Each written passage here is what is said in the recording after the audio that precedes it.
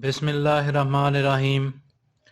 आज की इस वीडियो में हम देखेंगे लूप्स एंड मैशेस के बारे में।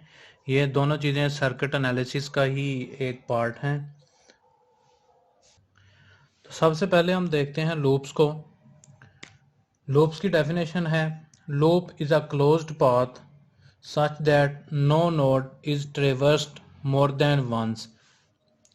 कह रहा है कि लूप एक क्लोज्ड पाथ है जिसमें जो नोड है वो एक दफ़ा ही ट्रेवर्स की जाए, मतलब नोड से एक दफ़ा ही गुजरा जाए।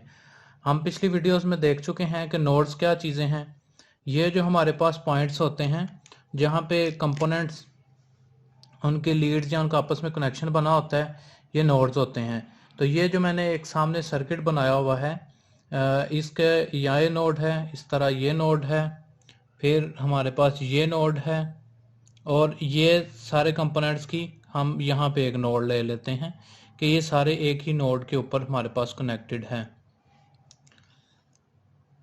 तो जो लूप है एक क्लोज्ड पाथ जिसमें जो नोड्स हैं वो एक दफ़ा ट्रेवर्स की जाएं।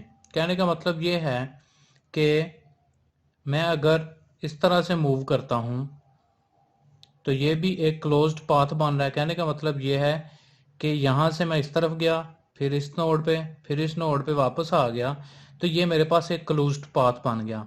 और इसमें मैंने नोड्स को एक ही दफ़ा मैंने ट्रेवर्स किया, मतलब नोड्स से एक दफ़ा ही मैं गुजरा, तो ये भी एक लूप है। इसी तरह से अगर मैं इस वाले सेक्शन को देखता हूँ कि मैं इस ब्रांच इस नोड से इस नोड पे गया, इस नोड से इस नोड पे गया और दोबारा इस नोड पे वापस आ गया, तो ये भी मेरे पास एक लूप है। इसी तरह से अगर मैं इसको देखूं तो मैं इस नोड से इस नोड पे आया, इधर से दोबारा इस नोड पे गया, तो ये भी मेरे पास एक लूप बन जाएगा।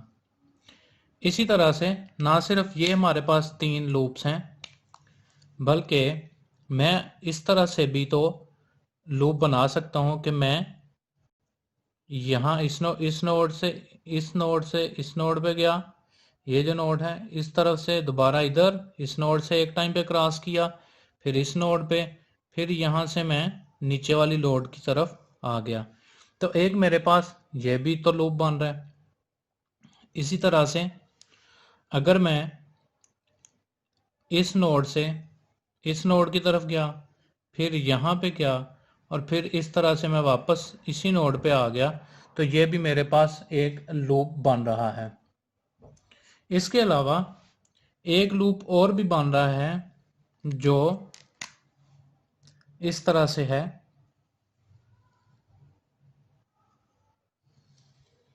ये भी एक हमारे पास लूप बन रहा है। तो लूप क्या हो गया? Loop is a closed path. Loop की डेफिनेशन क्या होगी?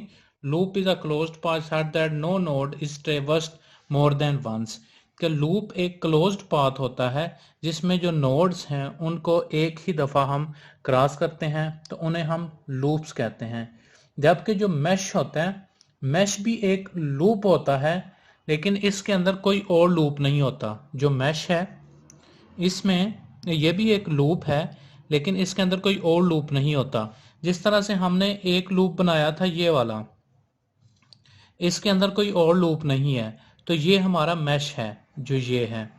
इसी तरह से हमने एक लूप बनाया था ये वाला, इसके इस लूप के अंदर भी कोई और लूप नहीं है, तो ये जो हमने ये लूप बनाया है ये हमारा मैश है।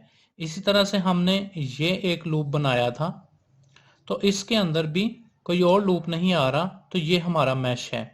और मैश से हट के अगर हम देखें तो हमने एक लूप बनाया था यहाँ पे इस तरह से, तो इस लूप के अंदर एक ये लूप आ रहा है, एक ये लूप आ रहा है।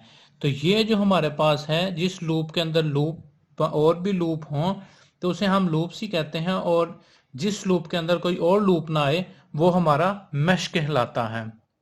सो जो मैश की हमारे पास डेफिनेशन होगी वो होगी कि mesh is a loop that contains no other loop. कि मैश हमारे पास एक लूप है जिसके अंदर कोई और लूप नहीं आता।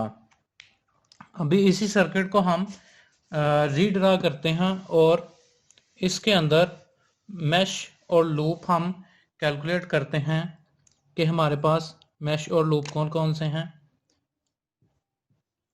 एक कंपोनेंट ये लगा हुआ है, इसी तरह से एक कंपोनेंट ये है हमारे पास, इसी से आगे एक कंपोनेंट और यहाँ पे एक कंपोनेंट लगा दिया और एक हमारे पास ये कंपोनेंट लगा हुआ है। तो मैंने उसी सर्किट को दोबारा रीड्रा किया, कंपोनेंट्स को लेट्स सपोज इसको x1 कह देता हूँ, x2, x3, x4, x5, x6। अभी इसके अंदर से हमने निकालने हैं लूप्स निकालने हैं। सबसे पहले अगर देखें तो एक हमारे पास लूप ये बना x1 से x2 x3 again to x1। तो मैं इसको लिख सकता हूं, हमारे पास जो लूप्स हैं इनको मैं लिख दूंगा x1 loop to x2 x3। ये तीन कंपोनेंट्स आपस में मिलके एक लूप बना रहे हैं। इसी तरह से मैं एक और लूप देखता हूं कि वो ये बन रहा है, तो मैं इसको लिख दूंगा, एक लूप हमारा ये हो गया और ये हो गया x3 x4 x5, ये मिलके हमारे पास एक लूप और बना रहा है।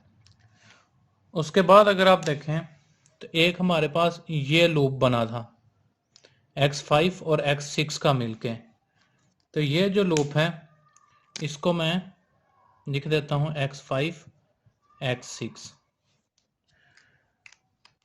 उसके बाद हमने एक लूप ये बनाया था x1 to x2 x4 x5 and then back to x1। तो इसको मैं लिख सकता हूं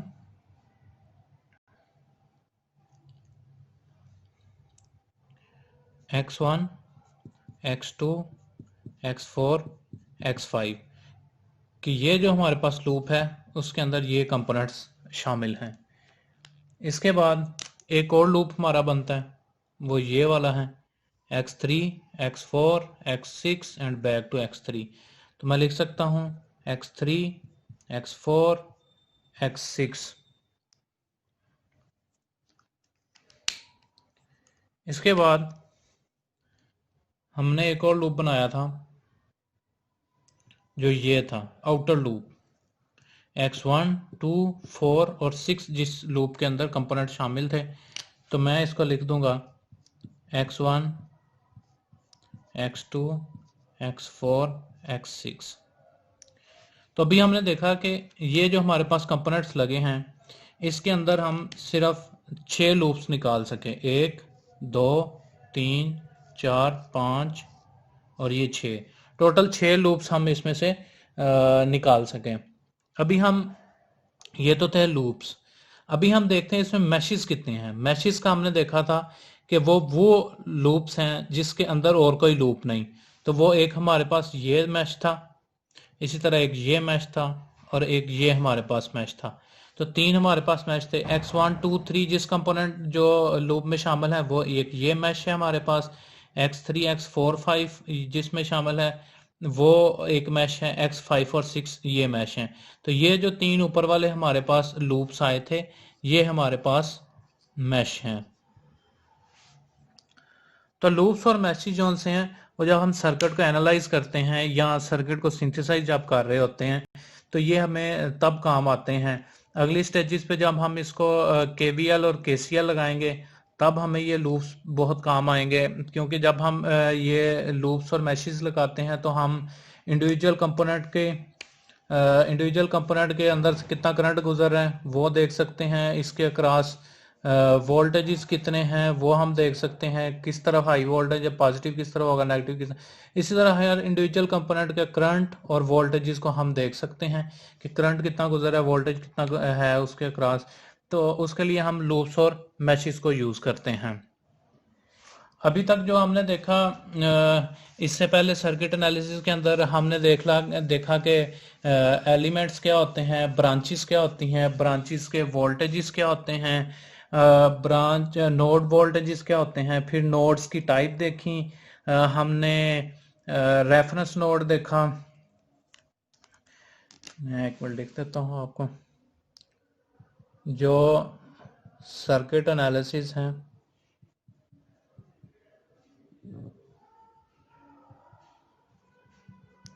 इसमें अभी तक हमने सबसे पहले देखा कि एलिमेंट्स किसे कहते हैं,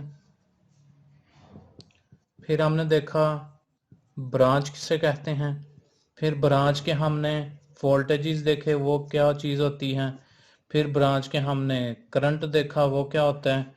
इसी तरह फिर हमने नोड्स को देखा, नोड्स का भी हमने वोल्टेज देखा किस तरह से कैलकुलेट करते हैं, और हमने करंट देखा क्या होता है नोड का करंट। उसके बाद नोड की एक टाइप हमने देखी जो कि रेफरेंस नोड कहलाती थी। रेफरेंस नोड या इसको हम डेटम नोड भी कहते हैं। हमने इसकी एग्जांपल करके देखी जिसमें हमने देखा कि नोड की अगर रेफरेंस नोड हम चेंज कर देंगे तो हमारे पास क्या वोल्टेजेस में क्या चेंज आएगा, क्योंकि रेफरेंस नोड वो होती है जिसको एक बेसिक तरीका मैंने बताया था कि ये वो वाली नोड है जिसके ऊपर आप अपनी एक प्रोब फिक्स रखेंगे और बाकी पॉइंट्स के ऊपर वोल्टेजेस मेजर करेंगे। इसी तरह से हमने बेसिक सा देखा एलिमेंट लॉ, एलिमेंट लॉ जो कि जिसे हम कहते हैं उसका ओहम्स लॉ, ये भी हम डिटेल में स्टडी करेंगे। और एक हमारे पास था कनेक्शन लॉ। कनेक्शन लॉ के अंदर हमारे पास आ जाते हैं Kirchhoff's current law, Kirchhoff's voltage law. और आज का जो आज की जो अभी हमने देखा उसके अंदर हमने देख लिया था लूप्स एंड मैशेस को।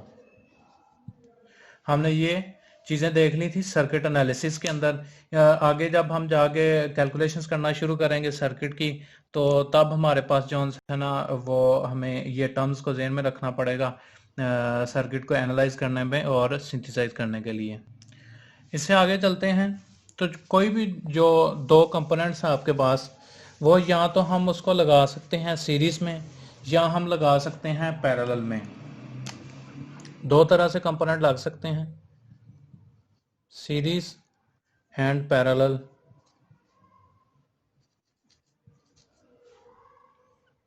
इसको हम कहते हैं connection, series and parallel connection. सबसे पहले देख लें सीरीज किसे कहते हैं। सीरीज में ये होता है कि अगर लेट्स सपोज अगर हम देखें एक ट्रेन की एग्जांपल ले लेते हैं तो ट्रेन क्या होता है सबसे आगे हमारे पास इंजन लगा है, उसको हमने एक और लिंक किया होता है, पीछे एक हमारे पास बोगी होती है, इसी तरह से ये लिंक हुई होती है एक और बोगी के साथ, फिर एक और लिंक होगी ये हमारे पास एक और बोगी के साथ। ठीक है, तो ये हमारे पास क्या है एक सीरीज में लगा है कि एक बोगी लगी, उससे आगे दूसरी लगी, उससे आगे तीसरी लगी, उससे आगे फिर इंजन लगा हुआ। इस तरह आप जितने मर्जी लगा लें। ठीक है, तो ये हमारे पास होता है सीरीज कनेक्शन। इसमें जो अभी बोगी को मैं रिप्लेस कर देता हूँ कि लेट्स सपोज मेरे पास एक कंपोनेंट लगा हुआ है, ये लगा है x1 लगा है, ये x2 लगा है, ये x3 लगा है, ये x4, ये x5 और ये x6। तो जो x1 का एक लीड है वो x2 की एक लीड के साथ कनेक्टेड है, x2 की जो एक लीड है जो x3 के एक लीड के साथ कनेक्टेड है। तो इस तरह से ये एक ही लीड दूसरे की एक ही लीड के साथ कनेक्शन बना रही होती है, तो इसको हम कहते हैं ये सीरीज में लगा हुआ है।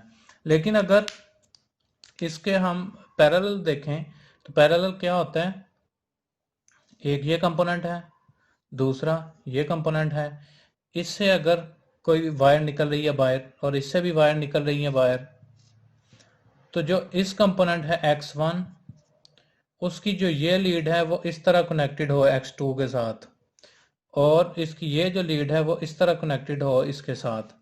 तो ये जो हमारे पास ये कनेक्शन बनेगा, इसे हम कहते हैं कि ये पैरेलल कनेक्शन है। ये ऊपर वाला सीरीज में कनेक्शन है जिसमें 1 to 1 लीड्स आपस में कनेक्टेड हैं, एक की लीड दूसरे की एक लीड के साथ कनेक्टेड इस तरह से होती हैं और ये सीरीज कनेक्शन बनाते हैं। इसी तरह से ये जो बना हुआ है ये पैरेलल कॉम्बिनेशन होता है, पैरेलल कनेक्शन होता है कि आप लीड्स को इस तरह से कनेक्ट करें।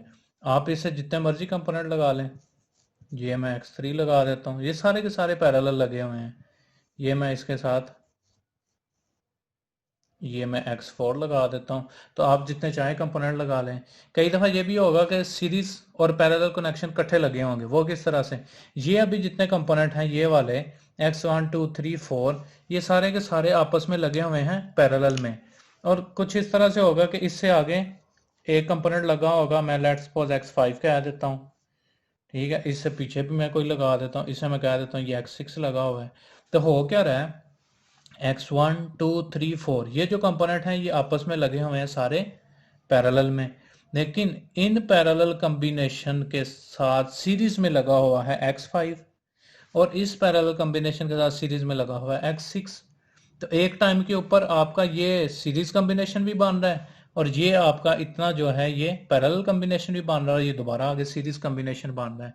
तो जो सीरीज है और पैरेलल कॉम्बिनेशन है ये अलग अलग भी हो सकते हैं और ये इकट्ठे भी बन सकते हैं। और कई दफ़ा ऐसा भी होगा कि कंपोनेंट्स आपस में इस तरह से लगे होंगे, आप ये कह नहीं पाएंगे कि अच्छा यार ये कंपोनेंट आपस में सीरीज में लगे हैं या पैरेलल में लगे हुए हैं, ठीक है। लेकिन सीरीज में दोबारा से देख लें, जिस तरह ट्रेन की बोगियां होती हैं एक के बाद दूसरी लगी होती है, इसी तरह सीरीज में कंपोनेंट लगे होते हैं। पैरेलल में क्या होता है, पैरेलल में सिर्फ इतना सा जो सेक्शन है कि आपके जो एक साइड के लीड हैं वो सब की एक साइड के लीड के साथ कनेक्टेड होती हैं और जो दूसरी हैं वो सब की दूसरी के साथ आपस में कनेक्टेड होती हैं। तो ये पैरेलल कॉम्बिनेशन हो जाता है। एक टाइम पे पैरेलल कॉम्बिनेशन भी हो सकता है या एक टाइम पे सिर्फ सीरीज भी हो सकता है, मिक्स भी हो सकते हैं। तो आज की हमने वीडियो में लूप्स और मैशेस को देखा, सीरियल और पैरेलल कॉम्बिनेशन को देखा और यहाँ तक जो बेसिक टर्म्स थी जो सर्किट एनालिसिस के अंदर यूज़ होती हैं वो हमने कवर कर ली हैं। इसके बाद आगे हम इंशाल्लाह लॉज को देखेंगे।